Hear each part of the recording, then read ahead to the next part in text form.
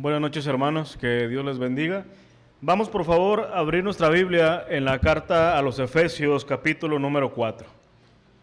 Estamos ya terminando nuestro temario de la serie que hemos estado hablando durante algunas semanas sobre la necesidad que tenemos como iglesia de cada cierto tiempo mirar hacia adentro de nosotros, ver cómo lucimos a la luz de las Escrituras en aquellos departamentos que el Señor califica como esenciales para determinar si somos o no somos una iglesia que se conforma al Señor.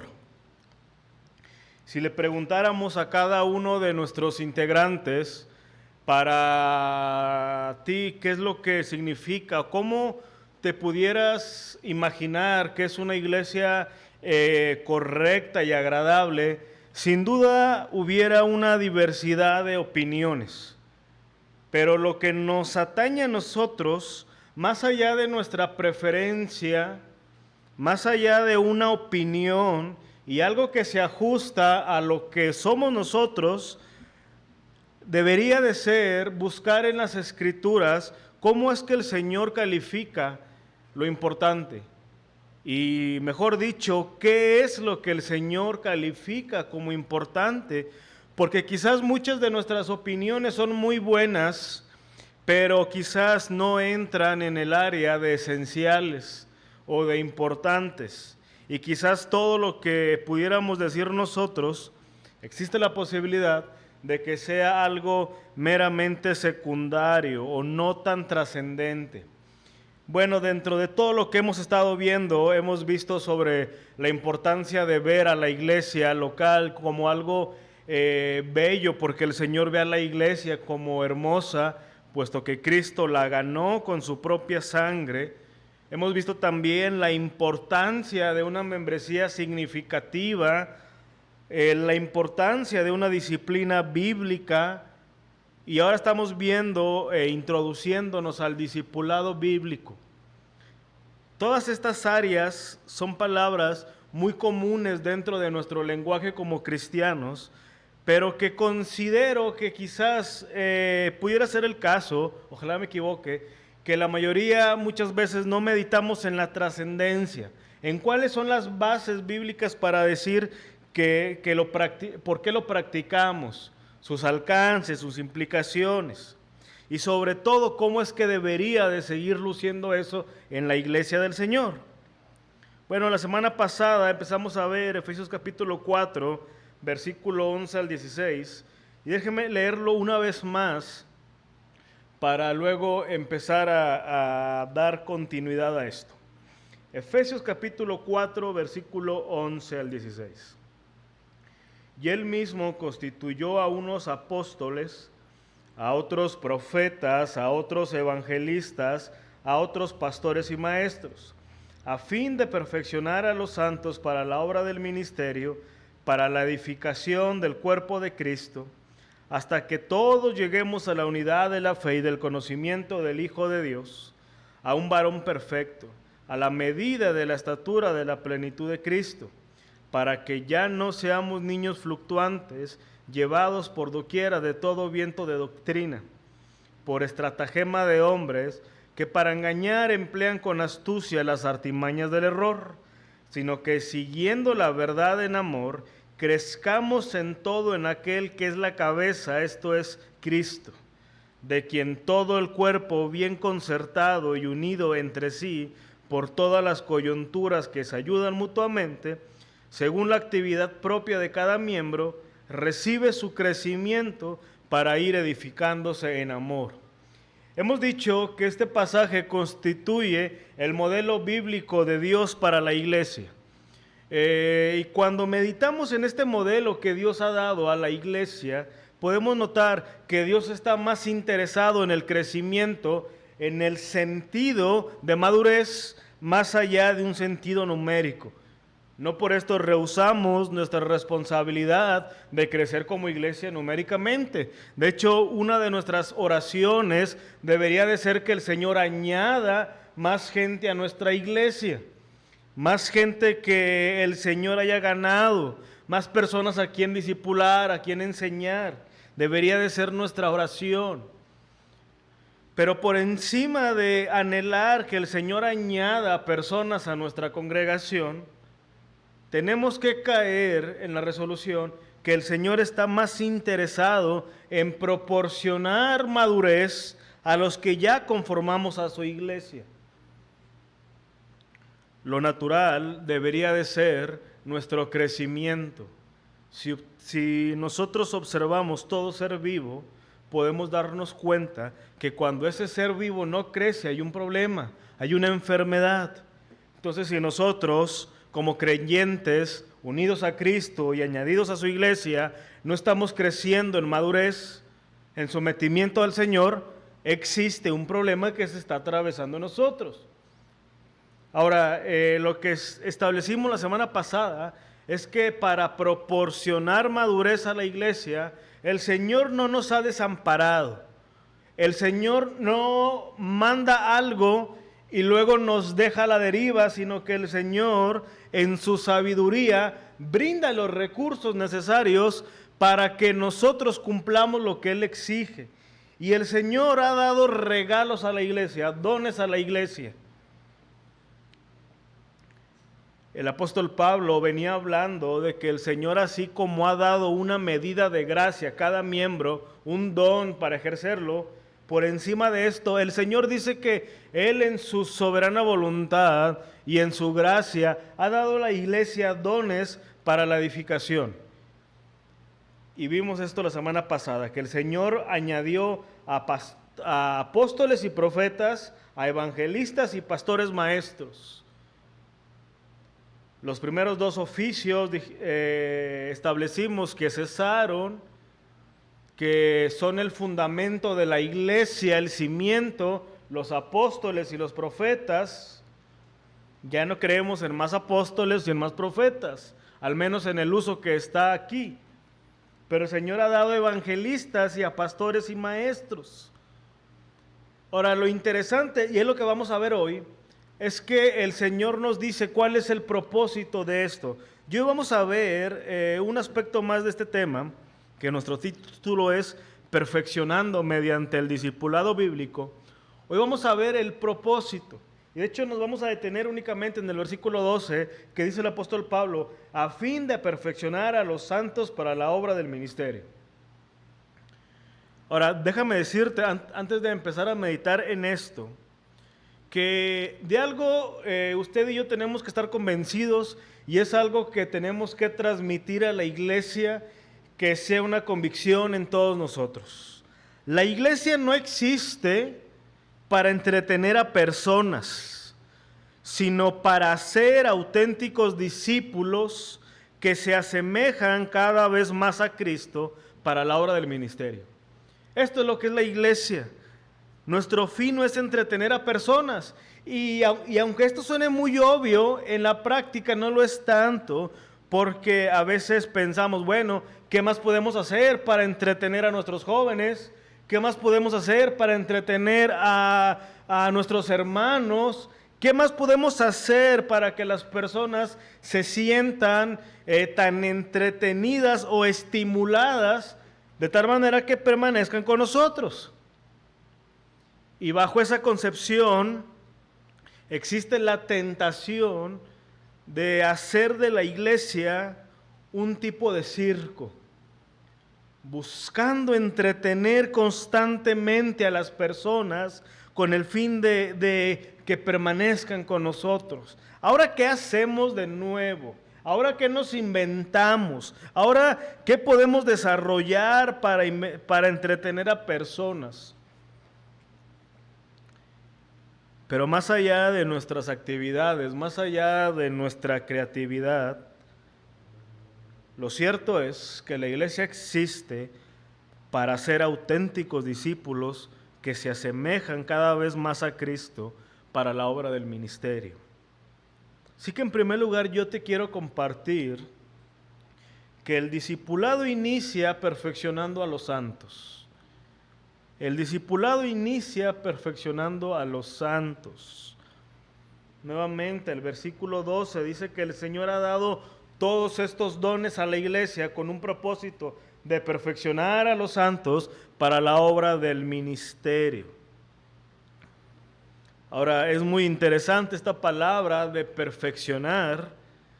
Otras versiones aluden a esta palabra como completar, hacer madurar o equipar. Esta palabra en su forma más simple, déjeme ser por un momento algo técnico.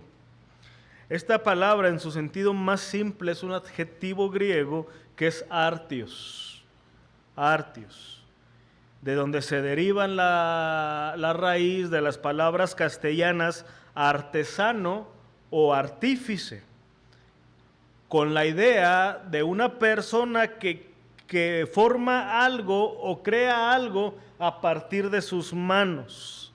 Y nos brinda la idea de componer, organizar o hasta dimensionar.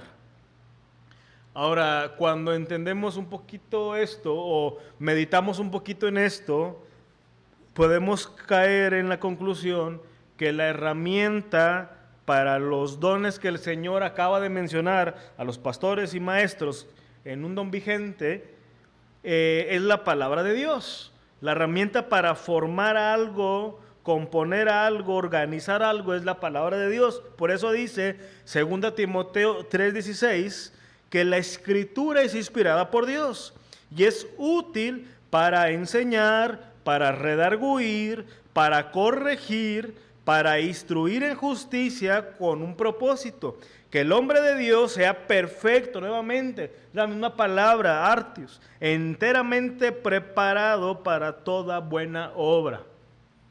Así que desde ya en nuestro texto nos lleva la idea de la necesidad de equipar mediante la palabra, entendiendo que nosotros como iglesia debemos de abrazar esto, que nada debe de sustituir ni usurpar la palabra como el medio para instruir a los santos.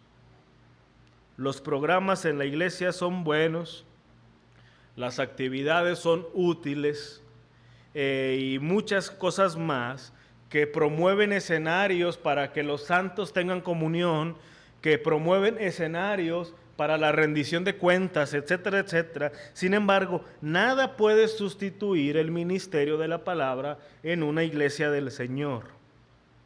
De hecho, en nuestro texto de Efesios capítulo 4, versículo 12, esta palabra artios viene de un sustantivo que, para dar más amplitud a esto, que es catartismos, que es una forma más reforzada que artios. Ahora, déjame decirte cómo se usa esta palabra en el Nuevo Testamento para darnos una idea más amplia de la idea de perfeccionar. En Mateo 4:21 se usa esta palabra para decir que remendaban sus redes. Aquí viene esta palabra catartizo, remendaba. Y la idea es que reparaban los discípulos su instrumento de trabajo con el propósito de que le pudieran sacar más provecho. Para que los discípulos pudieran pescar, remendaban sus redes. Viene esta palabra, catartizo, reparaban. En Mateo 21:16, Jesús, aludiendo a un salmo, cita que dice que perfeccionaste la alabanza. Aludiendo a los judíos, cuando Jesús les enseñaba sobre el juzgar, dice, perfeccionaste la alabanza. Esta palabra de perfeccionaste la alabanza aludía a que Dios mismo legitimó, purificó y dio autenticidad a la alabanza. Una tercera mención de esta palabra es en Lucas 6:40, cuando vemos que dice Jesús, el que fuere perfeccionado podrá ser como su maestro. Aquí esta palabra perfeccionado tiene la idea de equipado, o sea, el que fuera equipado con recursos podrá ser como su maestro. Y una última mención, aparte de la de Efesios, está en 2 Corintios capítulo 13, versículo 9, en una oración de Pablo que dice, orando para vuestra perfección. El apóstol Pablo oraba por esta iglesia que pasó por momentos turbulentos de inmadurez e inmoralidad, y dice: yo oro para vuestra perfección, con la idea que Pablo oraba por un sentido de restauración espiritual. Así que podemos dar una idea de que esta palabra catartizo, de donde viene la palabra perfeccionar, aludía a reparar, aludía a legitimar, aludía a equipar y alude a restaurar. Hay un comentarista llamado William Berkeley que ofrece lo siguiente respecto a esta palabra. Dice que esta palabra al menos tiene dos grupos de significados. Dice que en primer lugar, esta palabra nos debe de llevar a la idea de ajustar algo, restaurar algo y poner en orden algo. O, en segundo lugar, también de equipar, habilitar algo para un propósito determinado. Por ejemplo, menciona que se usa con respecto a la habilitación de un barco, de un ejército, cuando son completamente equipados, armados y formados en orden de batalla. Pocas palabras, dice que él desarrolla un cuadro con el término de perfeccionar. Y de aquí podemos sacar las siguientes acepciones de esta palabra.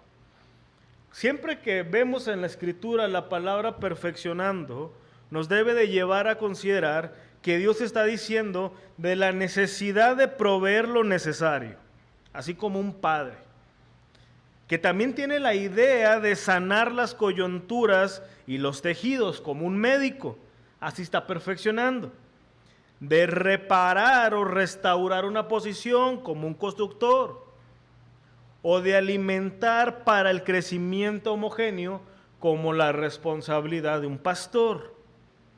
Sí que vemos que esta palabra tiene un significado rico y amplio, y todo ello apunta, en pocas palabras, como dije al principio, a la función del ministerio de la palabra.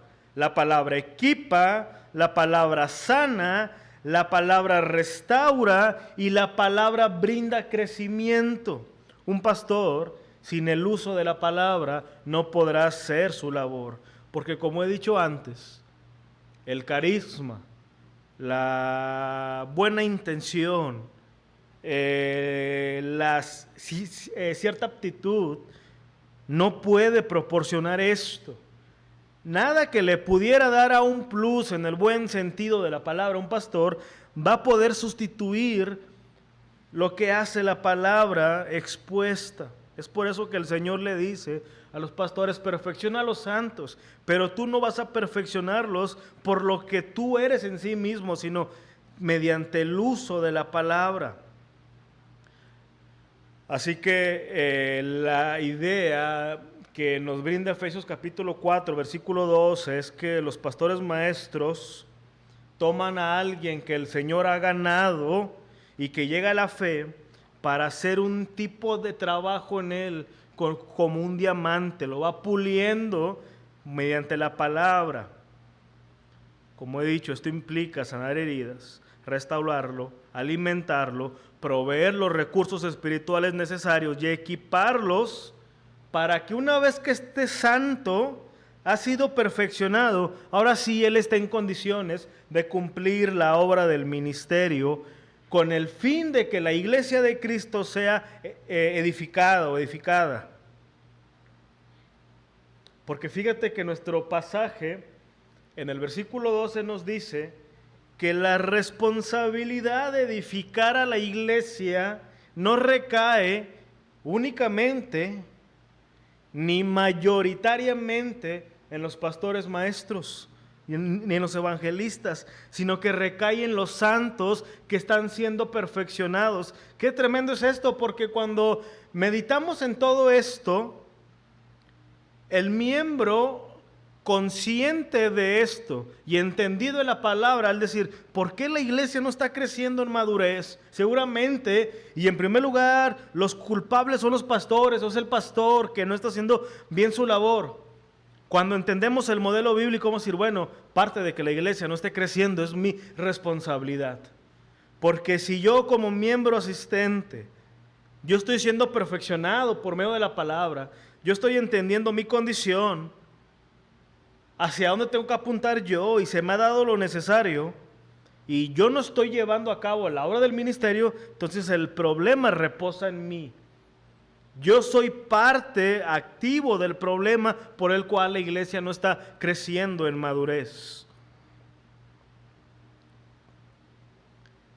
Los pastores tienen que perfeccionar, tienen que ser pacientes con la paciencia de Cristo, de saber que muchos de esos santos están en un proceso de crecimiento y que el crecimiento en toda la iglesia no es igual. Muchos creyentes llegan a la fe sumamente heridos, con muchas cosas por restaurar en su vida, y que el Señor va haciendo esa obra gradualmente. Pero de pronto llega un santo a nuestra iglesia que el Señor ganó y que el Señor ha hecho una obra maravillosa en él, e inmediatamente fue alimentado, perfeccionado y está listo para servir, y pensamos que la medida es esa persona para todos los demás. Y como vamos a ver en un momento, la medida no es una persona, sino que la medida es Cristo. Nuestro estándar para el crecimiento y el modelo es Cristo, no es ninguna persona. Ahora, lo que nos corresponde a nosotros reflexionar es que el propósito de este perfeccionamiento nunca ha sido el hacer a los creyentes más arrogantes o conflictivos. Es decir, si nuestro proceso de perfeccionamiento, de discipulado, está produciendo este tipo de fruto, es evidente que algo en nuestro discipulado está fallando. La palabra nunca falla. Dice la Escritura que la palabra nunca vuelve vacía. Pero algo estamos haciendo mal si nuestro discipulado grupal produce esto: arrogancia, división, problemas. Porque miremos a la luz de nuestro texto cuál debe ser el fruto precioso del discipulado según el Señor. Versículo 12, una vez más: a fin de perfeccionar a los santos para la obra del ministerio, para la edificación del cuerpo de Cristo. Así que el fruto del discipulado bíblico es que el cuerpo de Cristo sea edificado, que la iglesia sea bendecida. El cimiento de una iglesia ya está puesto, fue dado por los apóstoles, pero ahora nos corresponde a nosotros, a todos los que conformamos la iglesia, incluidos los líderes, construir a partir de ese cimiento una iglesia que ame a Cristo, que evangelice para Cristo, que discipule para Cristo, que ame a los santos con un amor de Cristo, que sirva a los santos como si estuviera sirviendo a Cristo mismo. Y llegar a ser una iglesia así es una responsabilidad compartida.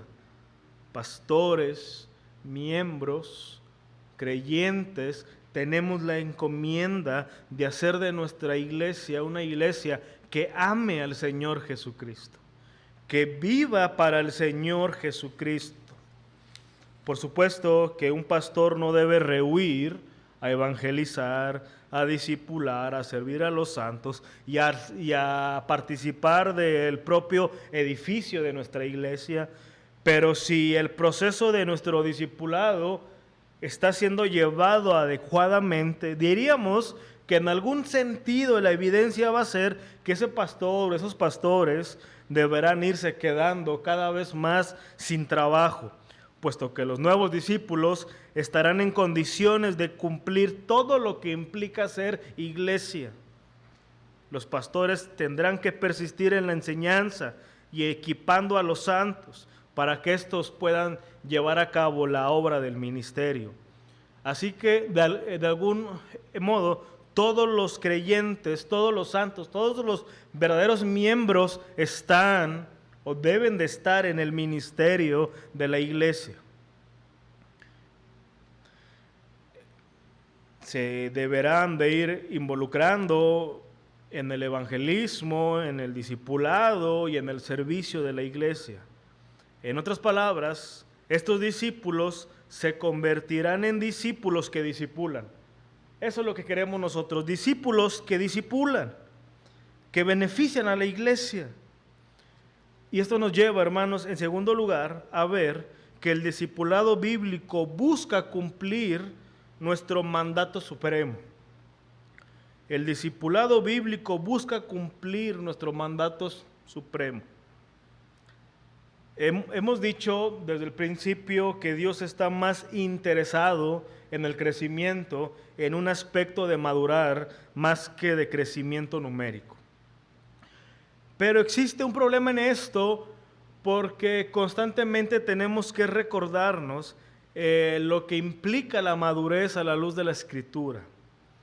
Para muchos pudiera ser, yo he estado en lugares donde se cree así, tanto en la práctica como en la palabra, que el concepto de madurez en una iglesia se manifiesta cuando esta iglesia ya ha aprendido, por ejemplo, a ofrendar. Una iglesia que ofrenda regularmente es una iglesia madura. Para otros, una iglesia madura es cuando al menos hay un grupo que no falla a ningún servicio de la iglesia. Pero según nuestro pasaje, aunque estas cosas son buenas y deberíamos de emularlas, el saber ofrendar, el ser fiel a los servicios, etcétera, etcétera, en sí mismas, estas cosas en sí mismas no determinan la madurez de nadie. Una persona puede ser fiel en ofrendar, fiel en asistir y seguir siendo inmadura a la luz de las Escrituras.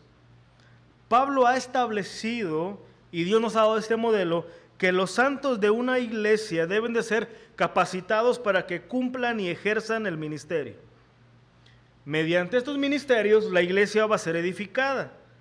De tal manera, como he dicho, que tanto positivamente y como negativamente, cada miembro es responsable de la edificación de la iglesia.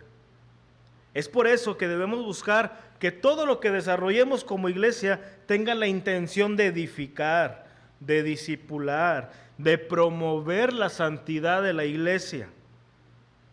Esta labor de edificar a la iglesia nunca terminará, al menos hasta que estemos aquí. El discipulado es permanente, pero el hincapié de nuestro texto es que el ministerio llevado en la iglesia existe para incentivar la madurez, en donde Jesucristo mismo es la norma. Y yo quisiera hacer mucho hincapié en esto, porque el ministerio llevado en nuestra iglesia existe para incentivar la madurez.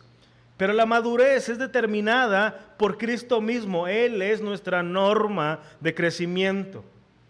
Y noten esto, porque pudiéramos caer en el sutil error de pensar que la madurez debe de ser medida por la conducta de uno o unos cuantos hombres, o por la preferencia de unos cuantos hombres. Yo como familia, yo como persona, pienso que esto es lo correcto, y cuando alguien no se ajusta a estos estándares personales y preferenciales, entonces catalogo a alguien de inmaduro.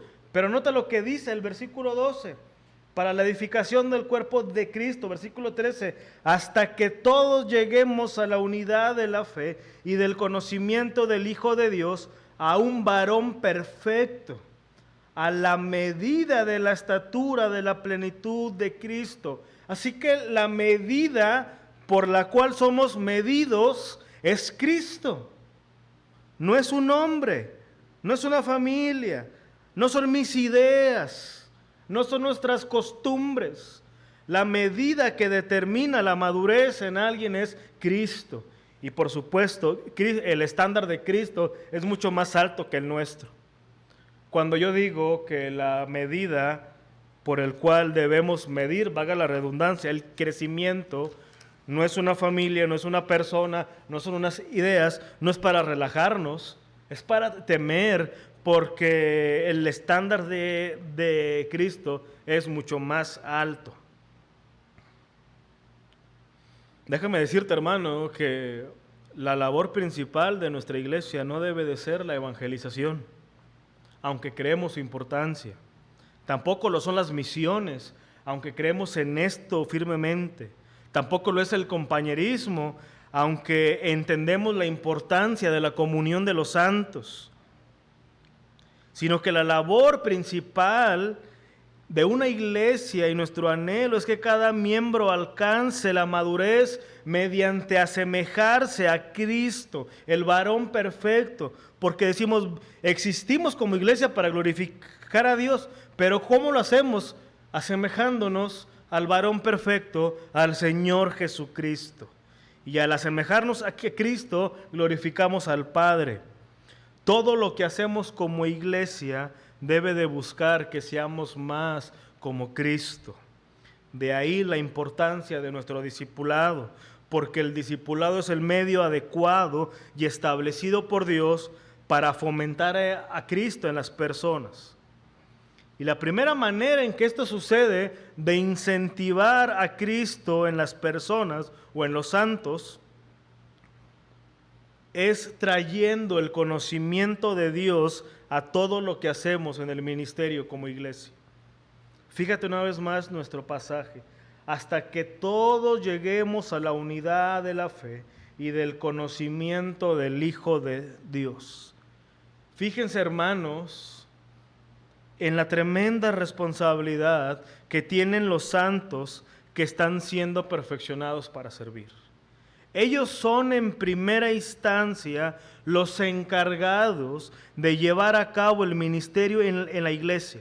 Y una de las implicaciones de esta verdad es que los santos, mediante su servicio, resguardan la unidad de la fe. Pablo aquí ya no estaba hablando de esos dones a la iglesia que perfeccionan. Pablo ahora cambió el peso o el dedo de señalar a esos dones para aquellos santos que ya fueron perfeccionados y que tienen que cumplir el ministerio, y que ahora el fin de todo esto es que lleguemos a la unidad de la fe y del conocimiento del Hijo de Dios. El conocimiento de Dios, que abarca todo el consejo de Dios, resguarda la unidad de la iglesia. Los pastores son llamados a perfeccionar mediante el consejo de Dios, para que los santos puedan replicar y aplicar ese conocimiento en el ministerio de la iglesia, y eso preserva la unidad de la fe.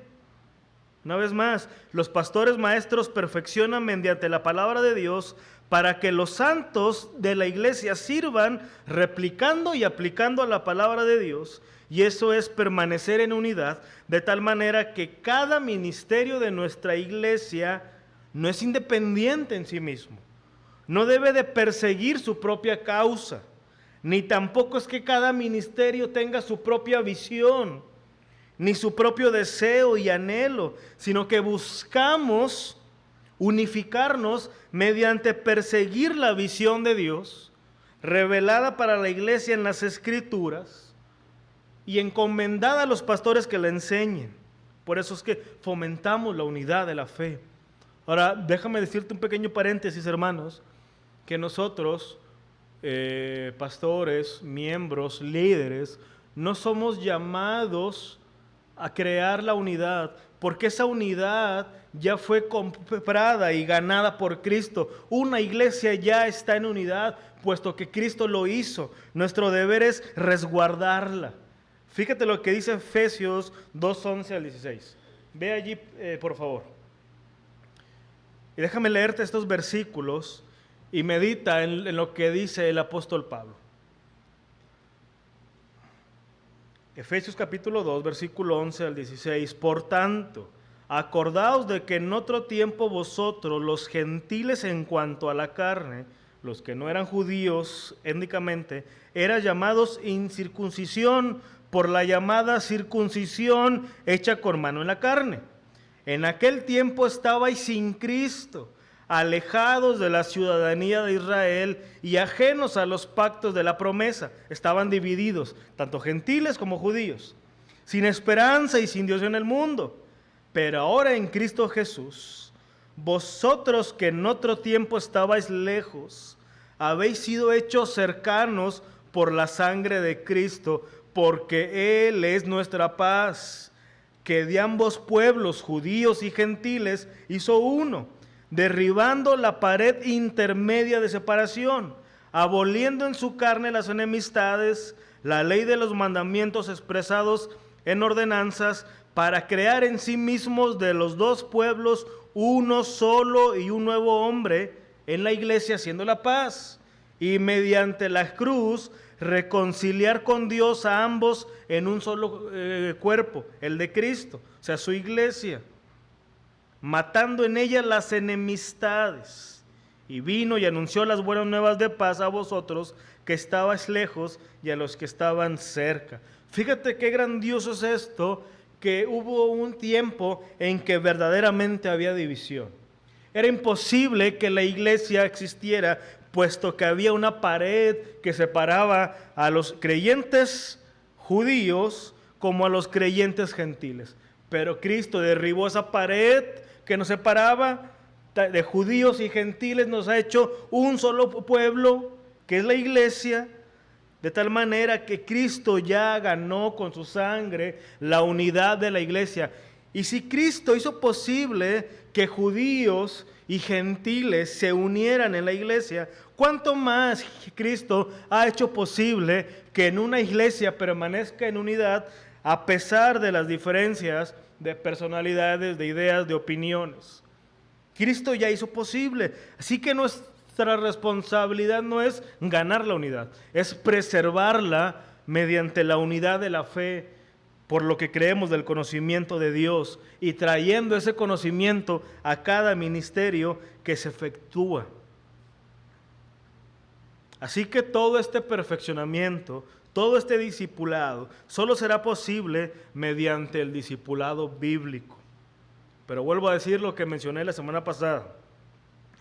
Nosotros discipulamos como iglesia no solo al compartir lecciones, por supuesto que esto lo incluye, pero más bien tenemos que creer que siempre que estamos frente a otro creyente de nuestra iglesia y entablamos una plática, de algún modo estamos discipulando y siendo discipulados.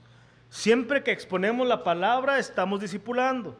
Cuando tú aconsejas a alguien, estás discipulando.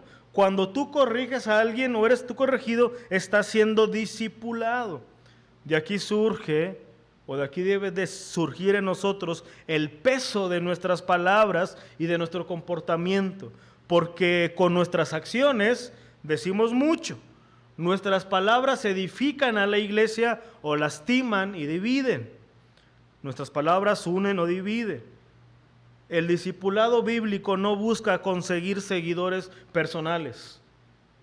Siempre que estoy frente a alguien para discipular, no busco que esa persona sea como yo. Siempre que usted tenga esa responsabilidad, no debe de ser su meta. Que haya un nuevo Enrique, que haya una nueva persona. Buscamos desarrollar auténticos seguidores de Jesús, que amen a Jesús, que sigan a Cristo. En el discipulado bíblico, hermanos, el discipulador desaparece. Nosotros debemos de desaparecer para que en todo reine Cristo. Entonces, culmino con esto. El discipulado bíblico tiene un alto costo. Para el discípulo hay un alto costo porque es estar dispuesto a dejar todo para seguir a Cristo. Cristo lo enseñó más de una vez, que el que no esté dispuesto a dejar a madre y padre no es digno de ser su discípulo.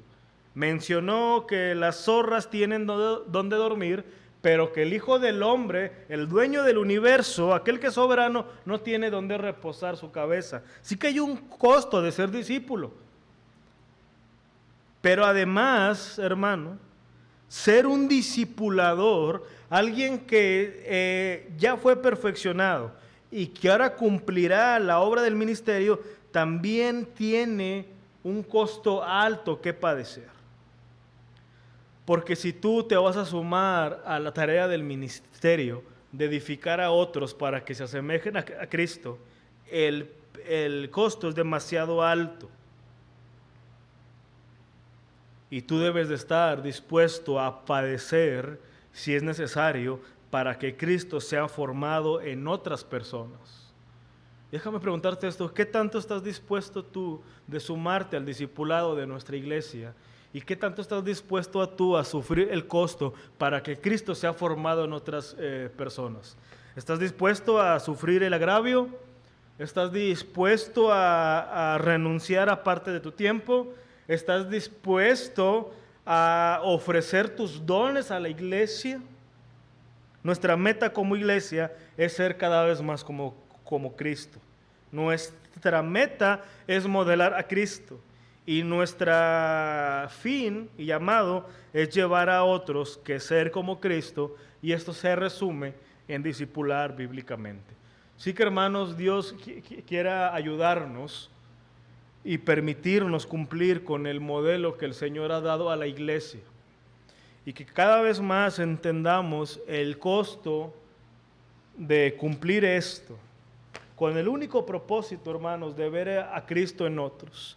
Y mientras nosotros estamos participando de esto, vamos a darnos cuenta que mientras yo incentivo a Cristo en otros, Cristo sigue siendo formado en mi persona, y esto es algo digno de agradecer. Vamos a orar, hermanos. Padre, te damos gracias porque, Señor, cuando meditamos en esto, sin duda lo primero que debe de venir a nosotros es ¿quiénes somos nosotros para que en tu gracia nos permitas participar de tu reino? Así como dice el Salmo, ¿qué es el hombre para que tú lo veas? ¿Quién es el hombre para que tú lo hayas creado? Nos has dado, Señor, una salvación inmerecida. Nos has dado dones inmerecidos. Y yo, Señor, en tu gracia podemos servirte. Danos, Señor, a la iglesia, junto a sus líderes, un corazón de siervos, dispuestos a servirte, que tengamos en alta estima el modelar a Cristo y el formar en otros a Cristo, de participar, Señor, de eso que tú nos has dado como discipulado. Te lo agradecemos y suplicamos, Señor, en el nombre de Jesús. Amén.